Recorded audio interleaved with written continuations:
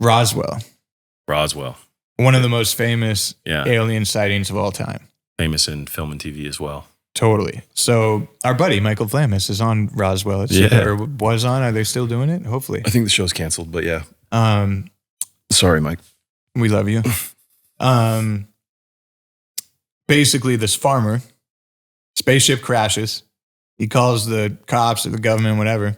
Men in black show up, take everything. But he actually had time to analyze it and look at what it was. He said it was metal, but it was lighter than metal and stronger than metal. The thing about that got me is that you couldn't even bend it. You couldn't bend it. Even with a sledgehammer would bounce off it.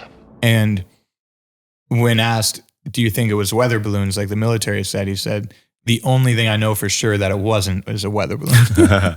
That's hilarious. Right. Like this guy, I can't even believe he was allowed to do an interview. And in the Phenomenon, this same documentary, which we highly recommend, they actually had an interview from him, which I didn't know existed. Well, I think that he agreed to be silent from the sounds. I think it was in the Phenomenon that he agreed to be silent for a long time. And then eventually he was like, no, right. I got to say something like this is insane.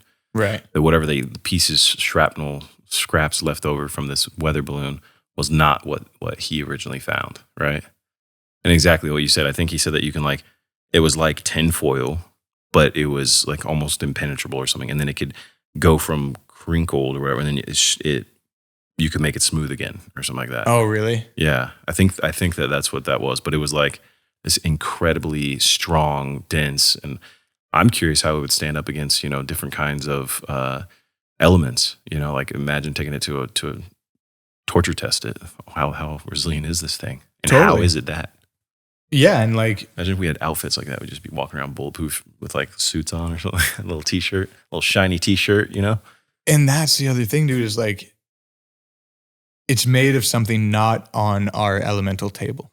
Mm. There's more to discover than our elemental table.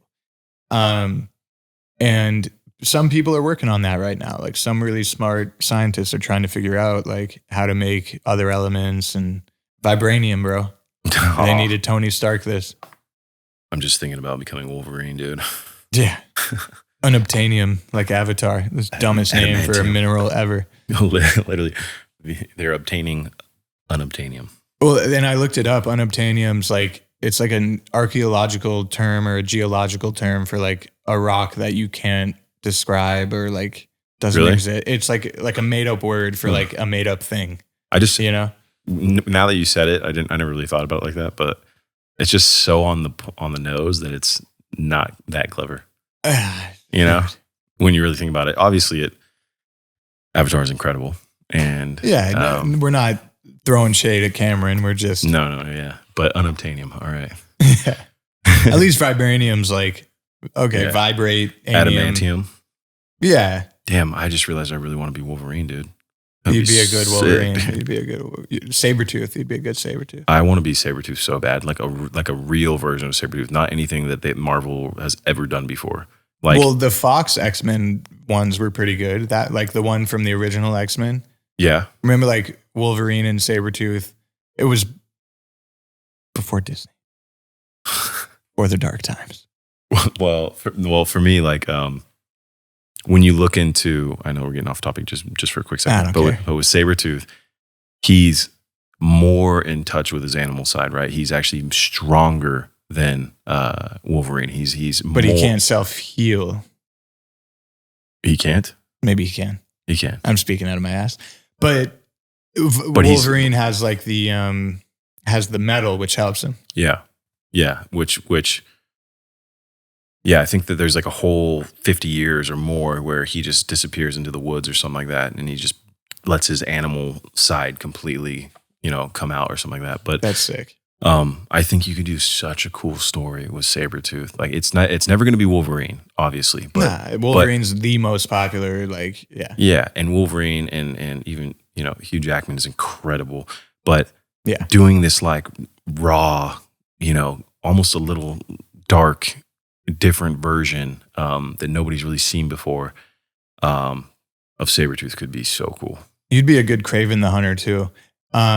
Maybe Yeah, maybe the Deadpool 3 you gotta go out for that.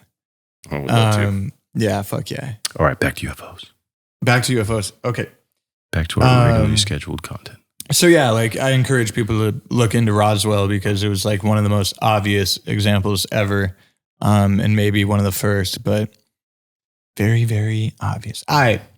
Military fighter pilot with footage, the Tic Tac, the famous Tic Tac. Picture a Tic Tac that's about 40 feet long, round on both ends, no rivets, no metal, smooth white.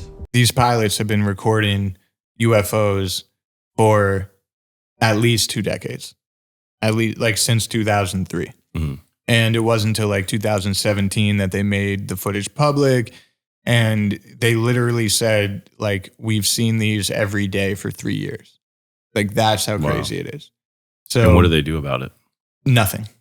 We don't engage because Russia learned the hard way. Russia was shooting at them for a while, and then they saw like hundreds of them over Moscow one night, and they're like, okay, we're not shooting at these anymore. Like, Damn. They could take us out like that. And there's no video footage of that?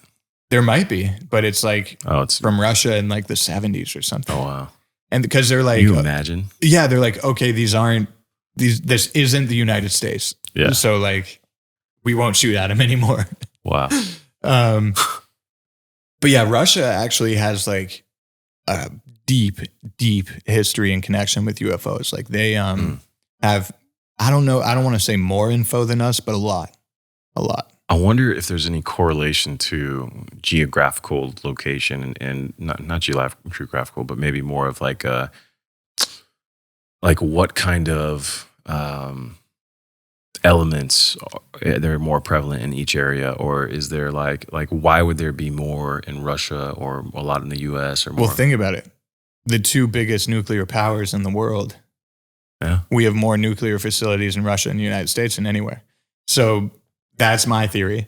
Obviously, these are all theories, but and the landmass alone, like US bigger than Europe essentially, and Russia, I guess I was gigantic. Thank you for watching Studio 22. Don't forget to like, share, and subscribe. And follow our socials at Studio 22 Podcast.